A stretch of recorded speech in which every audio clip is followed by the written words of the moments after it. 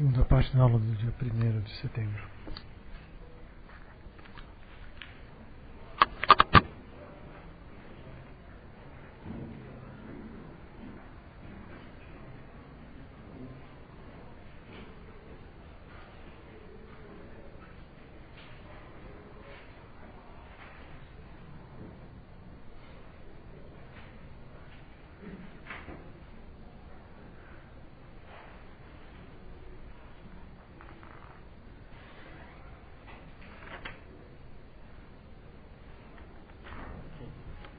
Bem, queria então dar sequência à nossa aula. Eu havia dito a vocês que haviam duas condições, que eram as condições necessárias para poder se falar em infinito atual. A primeira condição consistia em problematizar a noção de limite. A problematização da noção de limite, nós pensarmos que tudo que é presente é limitado no tempo e no espaço, essa maneira de problematizar a noção de limite, trazer no seu bojo uma problematização da noção de presença também.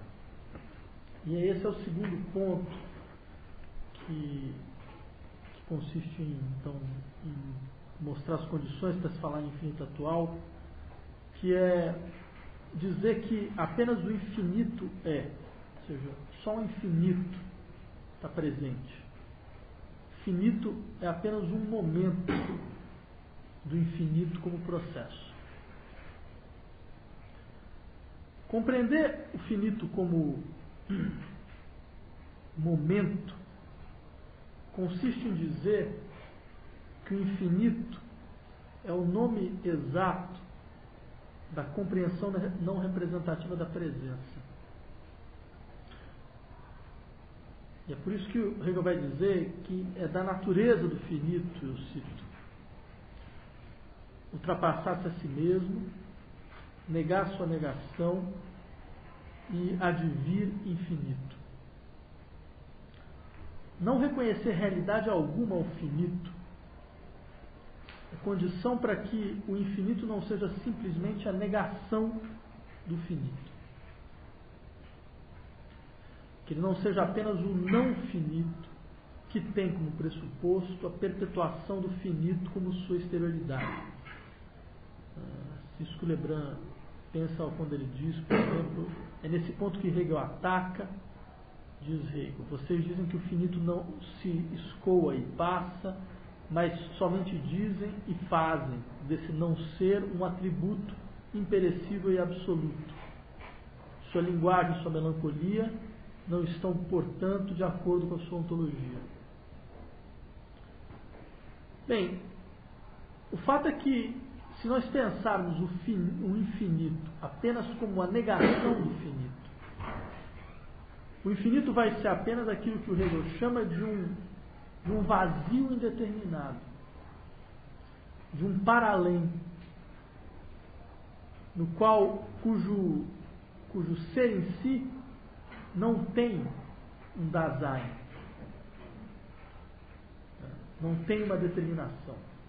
Ou seja, trata-se de, no final das contas, recair nas aporias do infinito potencial.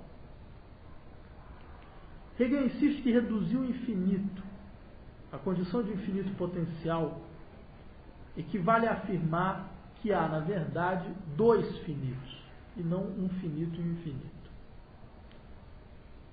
Um é o infinito finito. Infinito finito por quê? Porque é o infinito que tem o finito como a sua exterioridade, que é limitado pelo finito. Porque o finito tem um ser que não se confunde com o infinito, um ser exterior ao infinito. Ou seja, o infinito se põe em exterioridade em relação ao finito.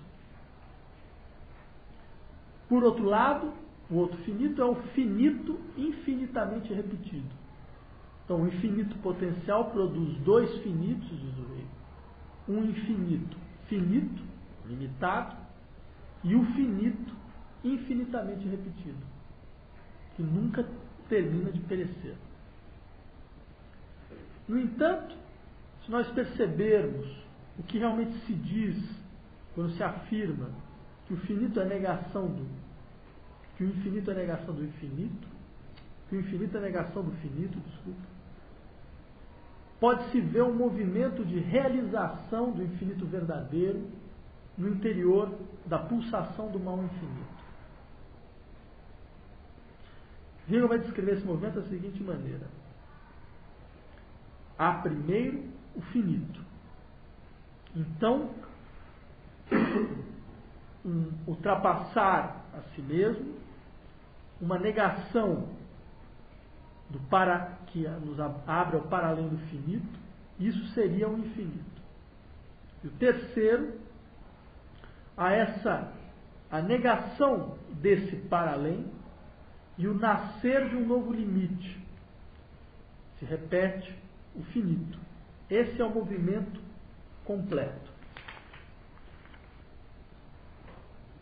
Esse retorno ao finito tem a força, um dado interessante, porque o que significa essa estratégia hegeliana de realizar o infinito verdadeiro no interior da pulsação do mal infinito? Esse movimento consiste em dizer mais ou menos o seguinte: nós temos três momentos. Né? O primeiro momento é a existência do finito. O finito, enquanto tal, é aquilo que perece, aquilo que não se sustenta em si mesmo. Então, ele sempre, todo o finito, indica a existência de um para-além. Esse para-além do finito é o infinito.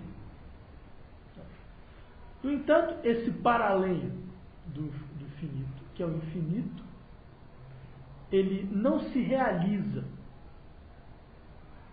ele não se atualiza,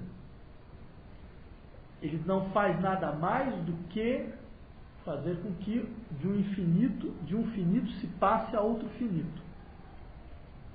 Esse é o movimento do mal infinito, onde eu reconheço a existência de um infinito que não pode se realizar. Não pode se realizar porque ele não pode ter atualidade. Não pode ter atualidade porque tudo que tem atualidade é determinado e limitado no espaço do tempo. Então, nada mais posso fazer do que fazer com que de um finito passe um outro, nasça um outro finito.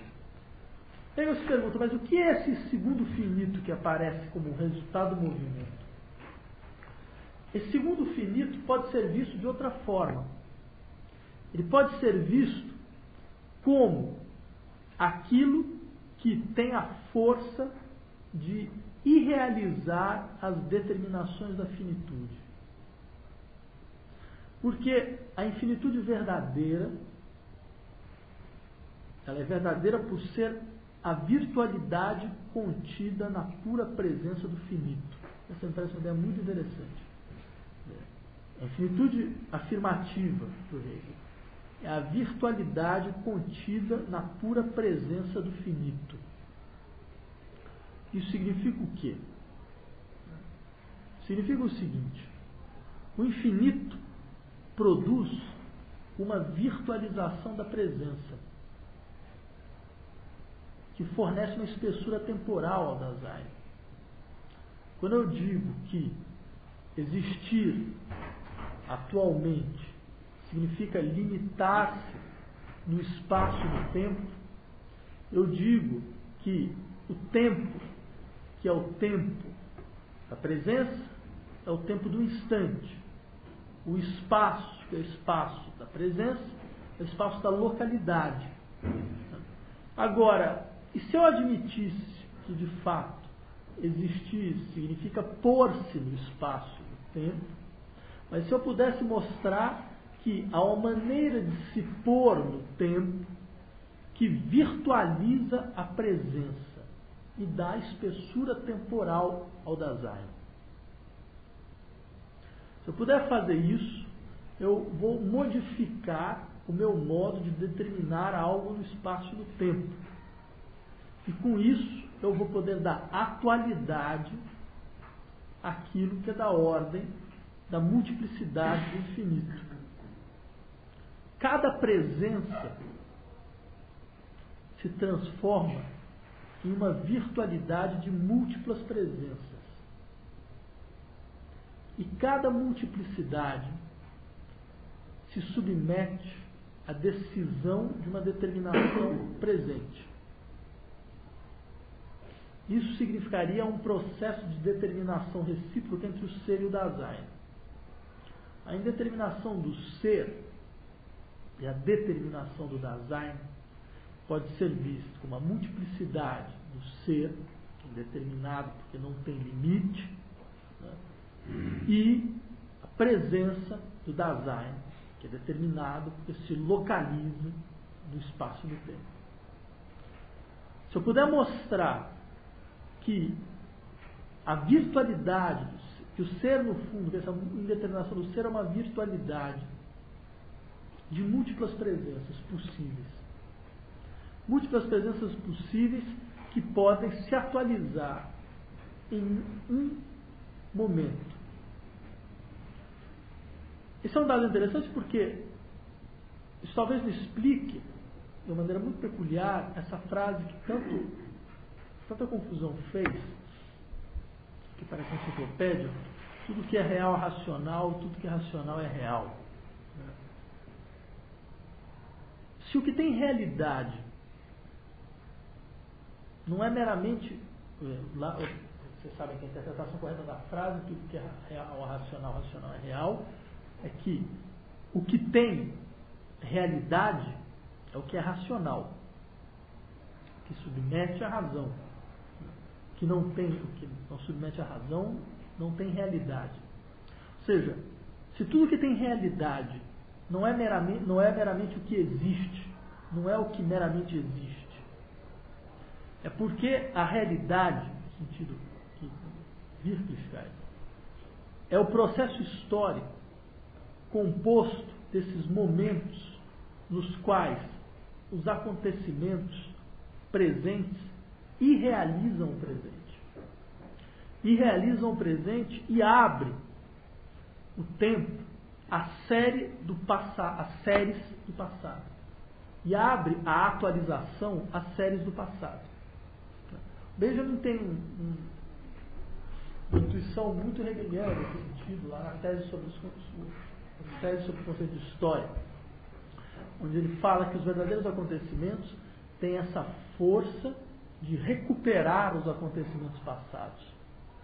Tem essa força de atualizar os fracassos anteriores e transformar os fracassos anteriores em um sucesso. Por quê? Porque ele corta o contínuo da história. E ao cortar o contínuo da história, eu faço então com que esse momento presente não seja simplesmente o instante, mas seja a ressonância de vários outros momentos que estavam em virtualidade. Por exemplo, Deleuze, pensando numa coisa muito parecida, vai dizer: não era por outra razão que os revolucionários franceses se viam como os continuadores da República Romana e os revolucionários soviéticos se viam como continuadores dos jacobinos franceses. Por quê? Porque eles continuadores não no sentido da sequência, mas no sentido de que essas séries temporais elas se atualizavam naquele momento. Ou seja, naquele momento era a série que ficou virtualmente no passado que ganhava atualidade. Então, ou seja, o tempo do acontecimento era um tempo de múltiplas séries que estavam presentes ao mesmo tempo. De múltiplas séries temporais que estavam presentes ao mesmo tempo.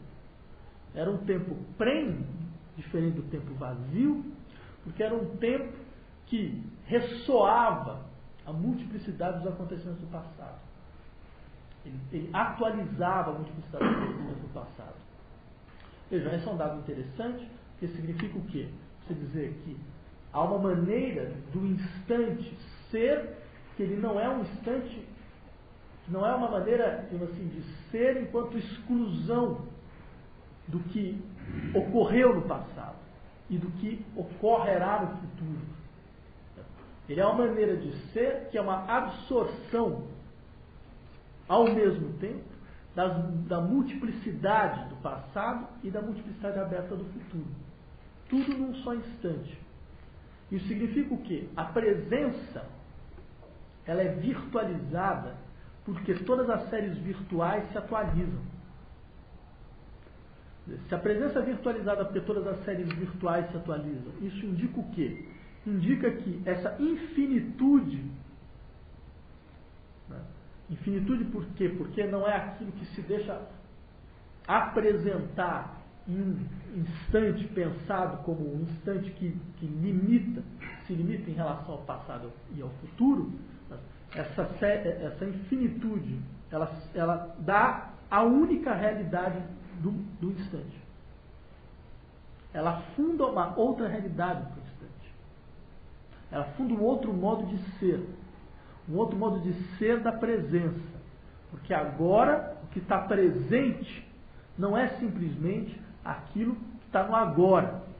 O que está presente é aquilo que ressoa no passado e no futuro. Todos os mortos estão presentes. Essa era a ideia, a ideia mais interessante da ideia de tempo revolucionário do beijo. Todos os mortos estão presentes. Todos estão de novo atuando, porque todos eles atuam na constituição do agora.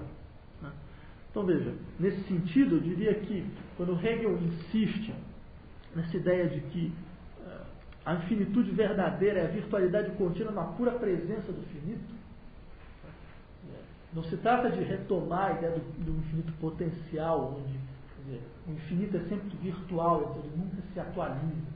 Trata-se, na verdade, de virtualizar o atual, virtualizar a presença atual, porque trata-se de colocar toda a série virtual no interior do presente.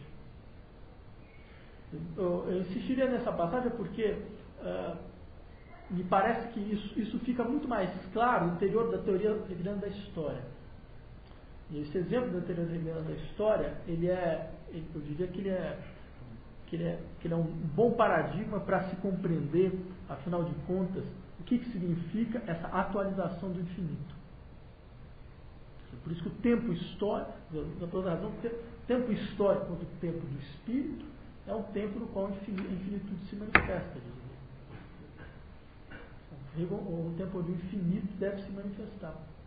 Mas ele se manifesta dessa maneira, porque seu tempo é o tempo de acontecimentos, mas são tempos de acontecimentos que têm a força de realizar uma multiplicidade virtual de acontecimentos que aparentemente, no que diz respeito à ideia de um tempo linear, estão todos no passado. Então, o verdadeiro tempo histórico explode a noção de linearidade temporal. Daí porque o Hegel vai dizer, não é por outra razão que a melhor representação do infinito é o círculo, mas não o círculo concêntrico, mas o círculo, né, como uma espiral, onde cada momento, cada passagem engloba todas as outras. Não círculo assim.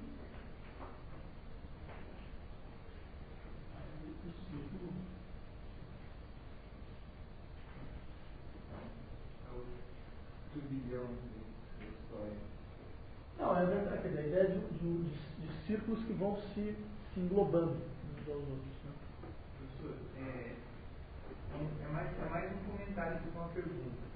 Quando o senhor afirma que você relembra bem sobre como um ato atual, ele rememora, ele resgata semelhanças com o passado, com passados não, com potenciais passados não realizados. Eu pensei numa analogia. O senhor deu como exemplo a Revolução Francesa e a Revolução Russa. Eu pensei na execução da família real francesa e na execução da família real russa. Uma execução foi pública e outra execução foi desprovida de público, com futuramento, né? Então, foi só no sentido assim de que nas outras revoluções as famílias reais elas foram eliminadas. Há uma semelhança, mas também há uma diferença. Não, mas veja, não se trata de afirmar que os verdadeiros acontecimentos históricos repetem os acontecimentos passados. Né? Porque essa ideia de repetição histórica, no caso do Hegel, não se trata de uma repetição histórica, trata, na verdade, de uma ruptura da linearidade contínua do tempo, no sentido de que os acontecimentos da história do espírito são acontecimentos que atualizam todas as virtualidades que ficaram no passado. Então, por isso que os acontecimentos, eles são acontecimentos, por isso que esse tempo já é um tempo da infinitude, que é um tempo que tem a força de suspender, é um tempo que tem a força de suspender a linearidade do tempo. O tempo histórico é esse tempo que tem a força de suspender a linearidade do tempo. São alguns eventos específicos que tem esses fatos prosaicos. Os fatos prosaicos da vida tem. E a comer uma maçã, essa maçã foi produzida e está sendo atualizado ali, ou alguém cometeu um crime, tem toda estado está sendo atualizado naquele, não na pena, um crime, você tem essa atualização de séries. Não, isso vale para a história do espírito, né? Essa é a história do espírito. A história do espírito a ideia do progresso histórico no Hegel não é a ideia mais correta. Né? A ideia da progressão da história não é a ideia correta. Fatos aparentemente não prosaicos, não, entendi. Mas veja, a questão não é essa. Né? A questão é outra. A questão é o espírito pode atualizar-se em fatos prosaicos. Por exemplo, o espírito pode se atualizar nos fatos prosaicos que foram representados pela pintura holandesa. Mas a questão é qual é o critério. Né? O critério é o tempo do espírito. Ele nunca foi, na verdade, um tempo linear de progresso. O tempo do espírito é a suspensão, né, da linearidade do tempo. O tempo do espírito é uma suspensão da linearidade do tempo, por quê? Porque ele consegue fazer ressoar todos os outros acontecimentos. Agora, tem uma série de acontecimentos que compõem a história do espírito. Né? Na fenomenologia você tem uma descrição dos acontecimentos que compõem a história do espírito. Todos eles vão ser atualizados. Você tem polis grega, antigo, relações reais, você tem subindo Ramu, tudo isso no fundo compõe um contínuo do tempo. Que é um contínuo e descontínuo, mas é uma continuidade que me parece que todo verdadeiro momento atualiza todos esses acontecimentos. Bem, eu acho isso me parece um exemplo interessante, porque é um exemplo que demonstra, num outro setor da reflexão hegeliana, como é que ele vai tentar pensar uma noção de temporalidade que é, como já aparece na fenomenologia, um não isto. Quer dizer, temporalidade é aquilo que não se coloca como uma simples limitação do agora. E é por esse caminho que eu acho que nós podemos compreender a definição do infinito verdadeiro como um devir determinado. Devir que se determina. E um devir presente, que tem um conteúdo concreto como realidade. Por isso, outras vezes, eu diria que é por isso que o Hegel vai dizer de maneira muito clara: o finito não é o real. Se for real, racional, o finito não é o real. Apenas o infinito é real. Mas essa realidade do infinito, o Hegel vai terminar o nosso capítulo dizendo: essa realidade é idealidade. O problema é que a gente ainda não tem, nesse momento do livro, as categorias adequadas para pensar a idealidade como realidade. Por enquanto, essa idealidade só pode ser pensada como qualidade que determina o ser para si, que vai ser, então, o próximo capítulo. O ser, a ideia do ser para si, ou seja, o ser que só tem que o fundamento da sua realidade é o que se dá apenas na dimensão do para si. Esse recurso à idealidade, eu diria que nos permite pensar como o infinito sai de si e chega à finitude. Ou seja, como o infinito se põe como modo de apresentação dos entes. Mas já essa frase é ruim, como o infinito sai de si e chega à finitude. Ele critica claramente essa formulação, porque essa questão não pode ser pensada se nós imaginarmos que o infinito deve sair de si para chegar à finitude. Mas, por isso que ele diz, o infinito já é para si mesmo, ao mesmo tempo, finito e infinito. Por isso, não se deve responder à pergunta como o infinito sai de si e chega à finitude, mas deve mostrar que ela prende falsas pressuposições. E essa deve ser a verdadeira postura da filosofia idealista, diz o Hegel. Abandonar essas dicotomias. Não reconhecer ao finito uma existência verdadeira. Vejam, dito isso, acho que a gente pode só rapidamente fazer duas considerações. Uma sobre uma crítica que o Deleuze faz ao Hegel. Deleuze insiste que a maneira hegeliana de criticar o finito consiste em salvá-lo, conservando como fundamento a partir do qual o que não se conforma à representação é posto como negativo. Daí porque a determinação finita, a representação, não cessa de desaparecer, já que ela se confronta incessantemente com o que lhe nega. Ela não cessa de desaparecer e de nascer, já que ela permaneceria como fundamento dos modos de determinação da presença. É isso que o Deleuze tem em mente ao afirmar que a dialética só pode descobrir o infinito deixando subsistir a determinação finita. Diz o Deleuze, dizendo o infinito da determinação finita, representando-a não como dissolvida ou desaparecida, mas como dissolvendo-se a ponto de desaparecer, ou seja, também como engendrando-se ao infinito. Vocês percebem que, no fundo, o que ele está fazendo é aplicando a crítica do infinito potencial no próprio Hegel. O que ele faz, nada mais nada menos, é dizer, bem, a noção de infinito do Hegel ainda é a noção de infinito potencial. Mas eu diria que fazer uma afirmação dessa natureza só é possível à condição de nós ignorarmos todo esse esforço hegeliano, né, de mostrar como a verdadeira infinitude ela é uma virtualidade contida na pura presença do finito. E por fim, eu gostaria de fazer uma pequena consideração sobre o Adorno, a noção de infinitude no Adorno. Isso é uma coisa, que horas são?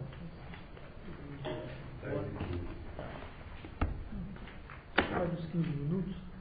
Queria saber se até aqui alguém tem alguma questão. Alguma dúvida? Um ponto que não ficou claro?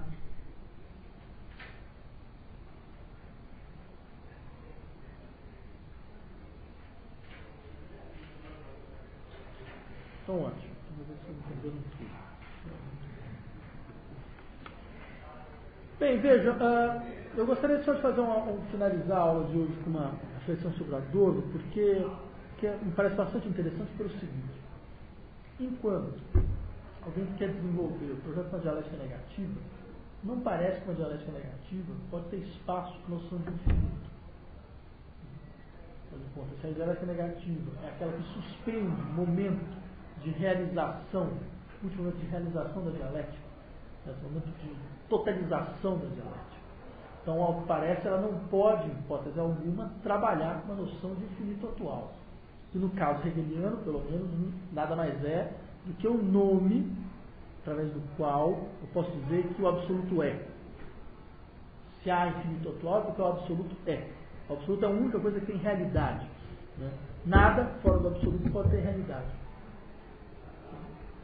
Ou seja, e não há nada fora do absoluto, porque o absoluto ele determina todas as condições do espírito racional.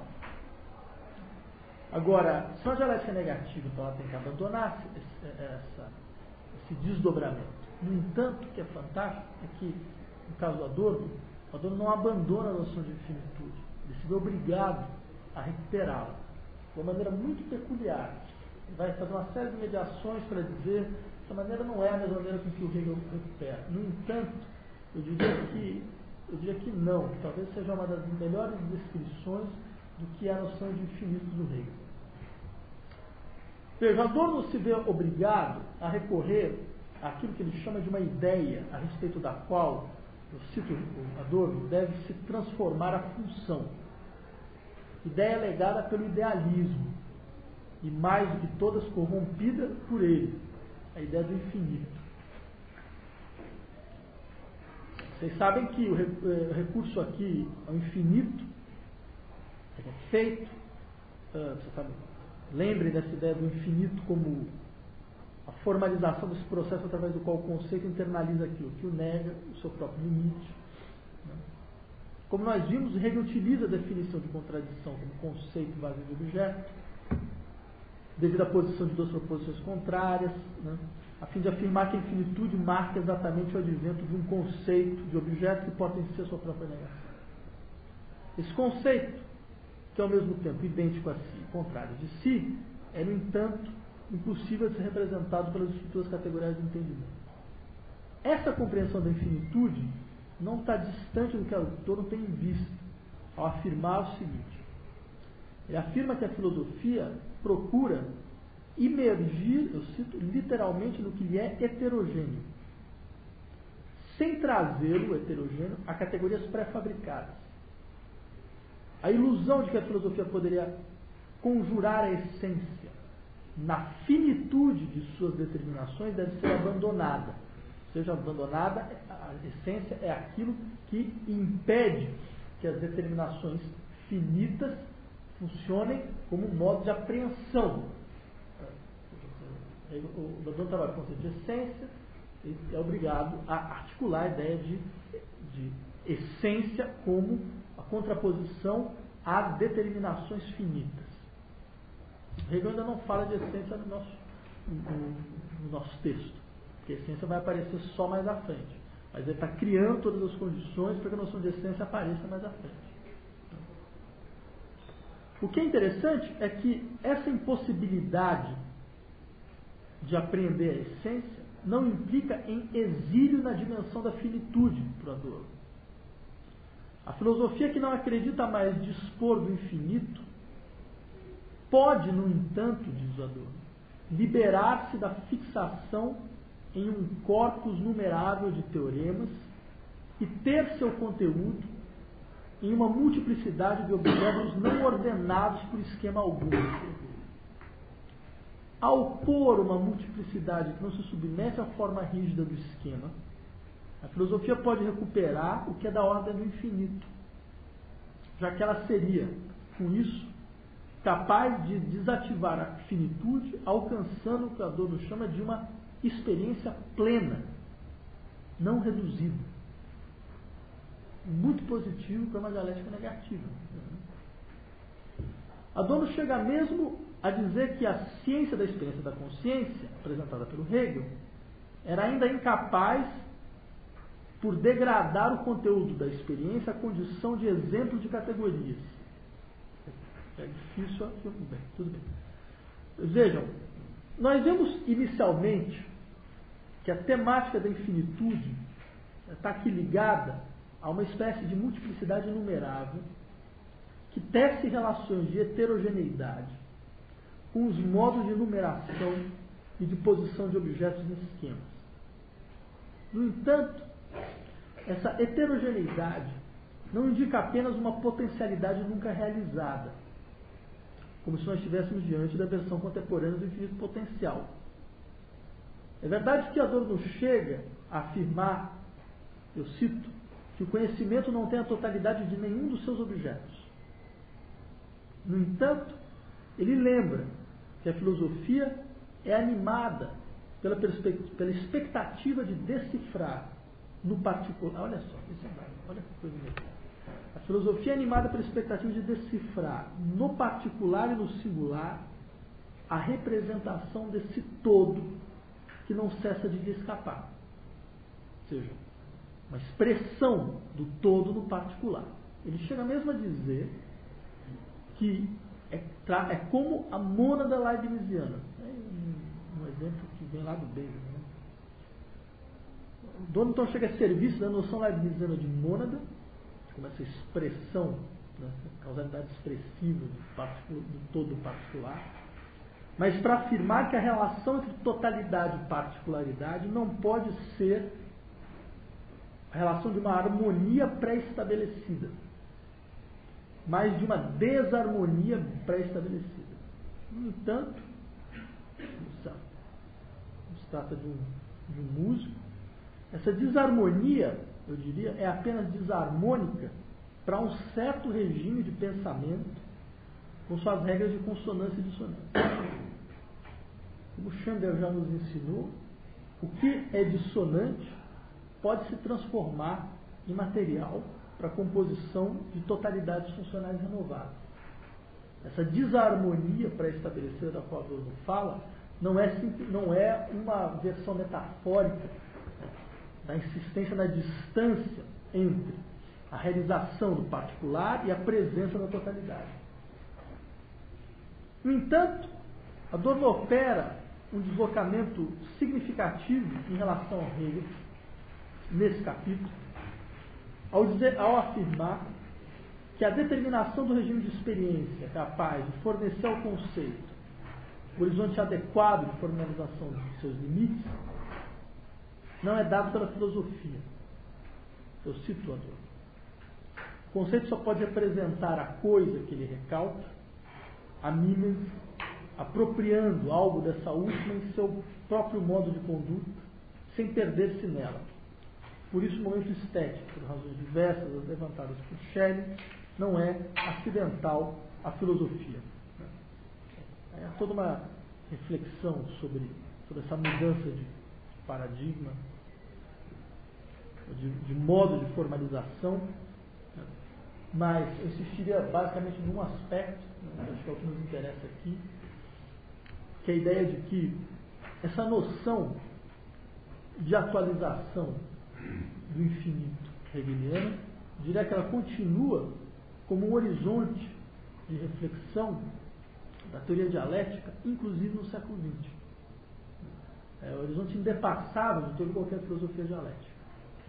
O caso do Adorno é um caso bastante interessante nesse contexto, porque é alguém que, a princípio, teria todas as razões para se distanciar por completo da ideia de infinito atual, tal como Hegel pensa, porque a ideia de infinito no Hegel está fundamentalmente vinculada à ideia de totalidade, está fundamentalmente vinculada à ideia de realidade da totalidade.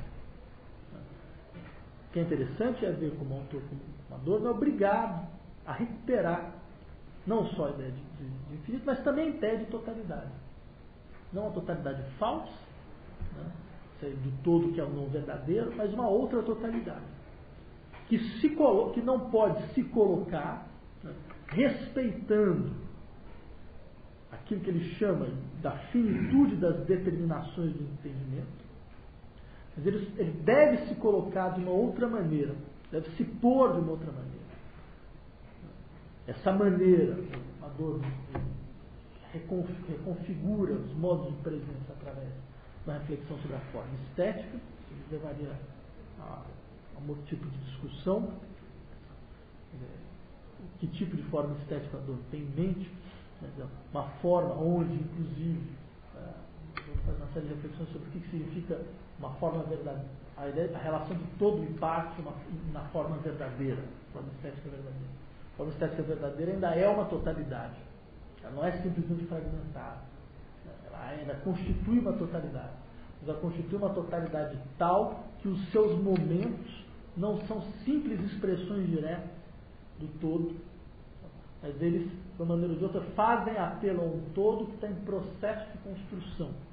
E mais do que isso, o todo, quando ele se realiza um pouco, como Adorno vai descrever a música do Berg. Vai descrever a música do Berg mais ou menos da seguinte maneira.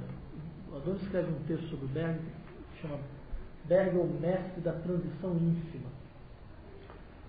A transição ínfima, e é muito engraçado porque a gente poderia dizer que ele utiliza a ideia de grandezas infinitamente pequenas. O que ele faz? Ele diz, a música do Berger ela funciona mais ou menos da seguinte maneira. Ela é uma música que ela é construída nos seus mínimos detalhes. Então, os seus mínimos detalhes, eles são objetos de estruturas de diferenciação. Mas ela é construída de uma maneira tal que o processo de construção vai emergir de uma maneira tal que os detalhes começam a se autonomizar. Eles começam a ganhar autonomia. Então eles começam a sair do todo. Ou seja, através da construção integral, a peça começa a tender ao uniforme.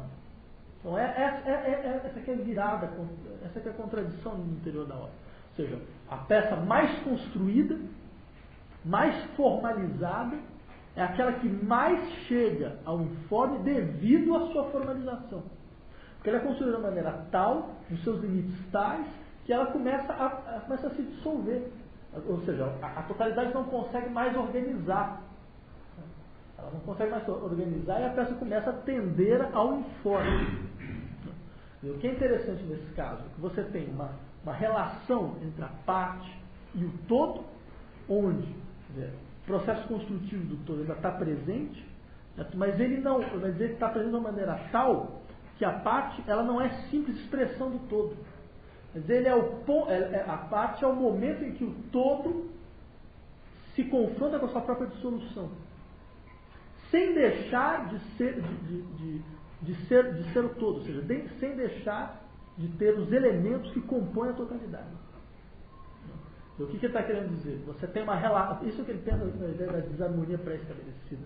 Você tem uma relação que ainda é uma relação, ou seja, uma relação fundamental, mas uma relação na qual um não pode ser simplesmente a submissão do outro. Ou seja, a parte não pode ser simplesmente a submissão do todo. Vejam, esse tipo de ideia, eu diria que só faz sentido no interior de uma discussão sobre como o infinito se atualiza. Como que eu tenho no interior de um instante, de um momento, alguma coisa que me exige ultrapassar um instante e um momento. Que no fundo é a discussão, é a maneira como o infinito qualitativo é pensado no caso do Hegel. Bem, era isso que eu tinha que apresentar para vocês. Se vocês tiverem alguma questão, a gente vai estar sabendo. Professor, o Hegel também acontece, também há momentos em que o todo se reconfigura em função das exigências da particularidade. Como, por exemplo, na derrocada da eticidade simples, do ético, na analogia do espírito. Qual seria, A diferença? Pois é, essa é uma questão importante pelo seguinte. Primeira coisa, por que o Hegel não é Spinoza? Eu diria, grosso modo, o Hegel não é Spinoza porque a totalidade nunca é dada a priori. A totalidade nunca está presente a priori. A totalidade sempre é resultado de um processo. Me pareceu que a análise do autor não atribui isso a Hegel. Então, mas esse é o dado interessante. Por isso que eu estou querendo problematizar esse tipo de leitura. Né? Eu diria basicamente o seguinte: uma análise como a do Adorno sobre o Hegel tende a dizer mais ou menos o seguinte: a ideia de infinitude, de totalidade do Hegel, no fundo é uma ideia espinosista. A totalidade ela já está dada desde o momento, desde o início. Ela está dada desde o início. Tudo o que acontece é simplesmente desdobramento da totalidade posta. Todas as determinações finitas são simplesmente desdobramentos de um infinito posto, desde o início. No entanto, essa versão não é exatamente a versão correta. Por que o Hegel não é Spinoza? Porque para o Hegel, a totalidade é resultado de um processo que se constitui a posteriori. Ou seja, por se constituir a posteriori. Então, ela é, na verdade, a ressonância de todo um processo que ela traz atrás de si. Se ela é a ressonância de todo um processo que ela traz atrás de si, é esse processo que determina o sentido da totalidade, não o inverso.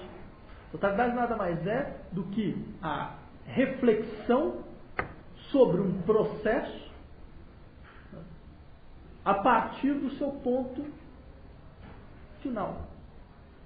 Sabe, qual é o ponto final? Por que o Hegel pensa que a modernidade é o ponto final desse processo? É toda uma outra questão. Mas o que é interessante é que, nesse sentido, então, a leitura dos momentos, ela é uma leitura que tem que mostrar como os momentos, por que eles podem ser totalizados posteriormente? Porque cada um desses momentos que constituem a totalidade, eles sempre indicavam para um para-além de si mesmo. Eles sempre indicavam para um mais além. Mas um mais além que não era só simples potencialidade, certo? Mas era um mais além que se realiza. E a possibilidade da totalização é a própria realização desse mais além. Você em nenhum momento vai pensar na ideia de uma dualização ociosa de um princípio a priori, mas admitindo já a ideia do todo constituído ao cabo do processo, não haveria também em Hegel um esforço para apresentar essa constituição, esse processo constitutivo do absoluto, como uma diluição da distinção entre o a priori e o a posteriori?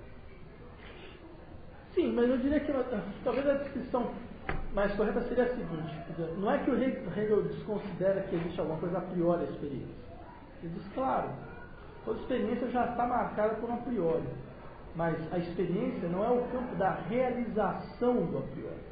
A experiência é o campo do desvelamento da falsidade do a priori. Por isso que ele utiliza a ideia da representação natural. A consciência parte de uma posição onde ela tem representações naturais de como as coisas devem ser. Mas agora, a experiência é o campo onde essas representações naturais se dissolvem. Então, ou seja, há uma totalidade a priori, mas essa totalidade a priori ela é dissolvida pelo processo da experiência. A experiência é crítica em relação ao a priori. A experiência é o processo que demonstra como o a priori é incapaz de dar conta da totalidade do que aparece à consciência. Então, a totalidade que aparece a posteriori, ela só pode aparecer porque ela é a negação de uma totalidade que estava a priori. No fundo, o que eu quero dizer mais ou menos o seguinte: claro que nós partimos de alguma espécie de princípio transcendental de organização da experiência. Não há experiência sem critérios da experiência. Claro. O fato é o seguinte: a consciência, quando começa a agir, ela já age a partir desses critérios. Agora, o fato é que a ação, a experiência, não é a realização desses critérios. A ação, a experiência, é o campo no qual esses critérios vão demonstrar a sua incapacidade, a sua impotência em dar conta do campo integral de apresentação do que aparece à consciência, no campo integral dos entes. Ou seja, a reflexão epistemológica, uma reflexão crítica, por quê? Porque a partir desse saldo eu faço uma crítica do que me aparecia inicialmente como critério para a experiência. Por isso os critérios iniciais não valem ao final. É claro que eu tenho ao final posição de critérios, mas agora são critérios que têm a sua gênese, ou que são gerados por umas situações empíricas muito específicas. Essa é a diferença entre o especulativo e o transcendental. A diferença é importante no Hegel. A diferença entre o especulativo e o transcendental. O transcendental assegura o campo da experiência, previamente o campo das experiências possíveis. O especulativo demonstra que o campo da experiência não pode ser previamente assegurado, mas ele engendra o seu próprio modo engendra os seus próprios princípios. Há uma espécie de predomínio do empírico. Mas ele engendra de que maneira? Ele engendra negando, mostrando a limitação dos critérios que foram postos a priori. Então, por isso, a consciência pode... Porque você tem esses critérios, a consciência pode se regular. Entendeu? Ela pode regular, ou seja, ela não age no vazio. Ela regula a partir dos fracassos. Os fracassos não são só fracassos da adaptação da experiência a critérios. Começam a ser, a partir de um certo momento, fracasso dos próprios critérios. E a partir desses fracassos, mas esse fracasso é um nada, é uma negação determinada. A negação desse princípio. Então, esse princípio produz então, o seu outro, esse outro você produz, ou seja, você vai criando uma série. Ok? Mais alguém tem alguma questão? Eu tenho uma questão, aparentemente boa, não sei se. Por que essa palavra especulativo? Qual a discussão dela?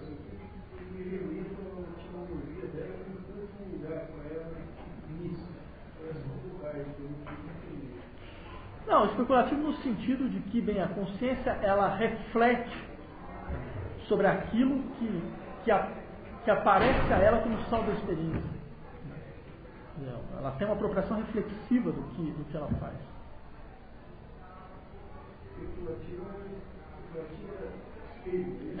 Especular, né? Não um lugar de onde se olha de maneira distanciada. Não. No sentido reflexivo também. Você tem uma reflexão sobre aquilo que ocorreu às suas costas. Bem, sim. Não, para dizer que é isso mesmo. Cara, então ele vai falar em totalidade, a totalidade de parte, que é a totalidade da experiência dada, ela é o ponto de apoio na crítica e o surgimento de uma nova totalidade. Sim, pode ser explicado dessa forma. Quer dizer, a consciência parte de representações naturais. As representações fornecem princípios e critérios para a experiência. Só que a experiência ela ultrapassa esses princípios e esses critérios. O que obriga, então, a consciência a operar uma totalidade a partir desse ultrapassamento. Então, ou seja, invalidando o que apareceu inicialmente como princípio e critério. E a totalidade é o resultado desse processo. Por isso que a totalidade é fruto de um processo. E não de uma dedução. Totalmente diferente. Bem, então a gente para a aula por aqui. Eu pediria então que vocês lessem para a aula que vem o capítulo sobre ser para si. Essa é uma ajuda. Por quê? Tem uma coisa. Semana da Pátria?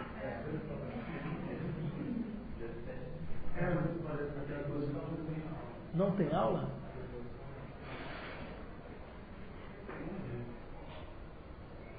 Não, mas a gente vai ter aula. Porque ninguém aqui é patriota.